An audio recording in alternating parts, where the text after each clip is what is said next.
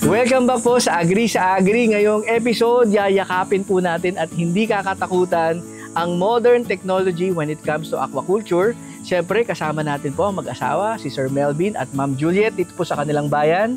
Barangay Trapiche, Tanawan City, Batangas. Ayan. So, ito po kanilang area dito is 5,000 square meters at naialat na nila ang kanilang aquaculture setup dito around how many square meters po? More or less 200 to 250 square meters. Ayan. So, maliit po na espasyo, kitang-kita natin, pero mataas po ang possible productivity nila dito.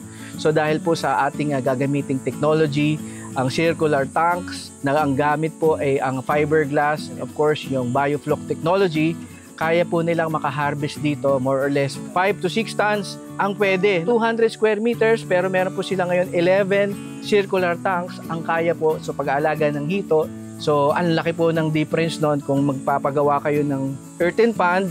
Yun po ang ating tatalakayin, yung advantages, pros and cons, at syempre, yung advantage ng modern technology na medyo mataas ang investment, pero in the long term, mababawi nyo agad dahil mataas po ang productivity.